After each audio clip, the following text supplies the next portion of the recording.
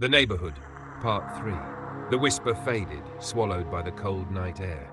"Did you hear that?" Zaina asked, her voice low. Lucy clutched the rusted locket tightly. "Yeah, and I don't think we're alone." The two girls stepped deeper into the neighborhood, their footsteps crunching against dried leaves and broken glass. The houses they passed seemed to watch them, empty windows like dark, hollow eyes. A gust of wind slammed a loose shutter against a wall, making them jump. "Let's just find what we need and get out of here," Zaina muttered. The girls reached what used to be a park, now overgrown with twisted branches and wilted grass. In the middle stood an old statue, blackened by soot and grime. It was a figure cloaked in stone robes, its face cracked and twisted in a grimace. Around its base, faint markings were carved into the stone, symbols neither of them recognized. This looks like part of a ritual," Lucy whispered. "That voice said something about stopping a ritual, right?" Zaina knelt closer, tracing the carved symbols with her fingers. "Do you think it's still happening?" Before Lucy could answer, a twig snapped behind them. Both girls spun around. The street was empty. "Let's move," Lucy said, grabbing Zaina's arm. They hurried toward a nearby house, one of the few that still had an intact door. The wooden steps groaned beneath their weight as they climbed the porch.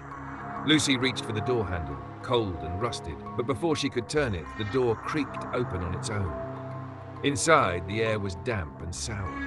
The walls were covered in dark stains, some of them streaked down in long, jagged lines.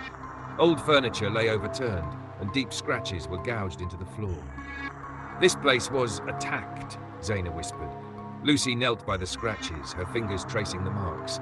"No," she said softly, "these weren't from an attack." She swallowed hard. Something was dragged.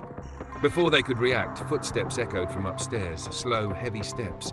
Someone, or something, was coming. "Run?" Zaina asked, her voice shaking.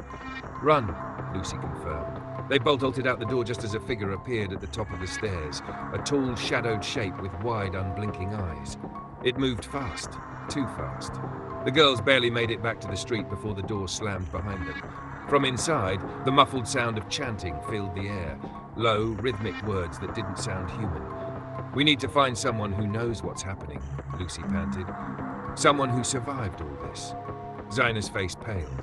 "You mean if anyone did survive?" From the shadowed alley beside them, a voice spoke, "I survived." Both girls turned sharply. Standing there was a man, thin, his face scarred and sunken. His eyes were wide with fear, and his voice was barely above a whisper. "My name is Xavier," he said, "and if you want to live, you need to listen very carefully."